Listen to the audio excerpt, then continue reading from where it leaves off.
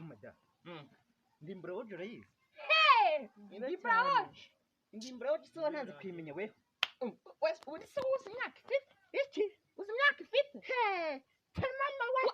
mama ngo cyangura we ngo ndikutsinda we cyangwa ndimbroje kuri TikTok no kuri YouTube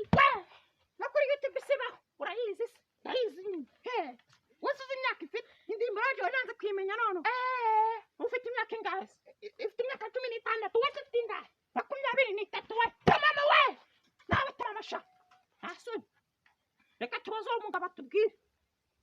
ndimbroje ratimaze imyaka ingahe 13 duhamagarire woji woji tuvugisha ku alo ngo baso muhera no kuva mu ndimba woji yaje jya mubaza tubwire ngo basobanurire mubwiraze hano tubwire ngo hajya mu rukuvuga ngo iki kano kagoro uri kure akagore nawe mutsebe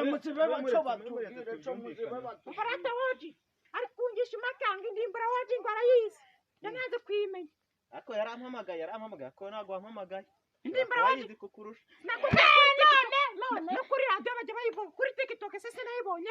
hariho video nziza nagwaranze we hariho na video nziza kuko ndaba muri ikinzi mwabagore mwabaye mutuje mukambaza nkababwira twagushinzeho dusobanurire rata ubusaba abagabo banyu bazabashobora tabyivangamo ntabwo bikureba none ntabwo mushaka umusobanuro genda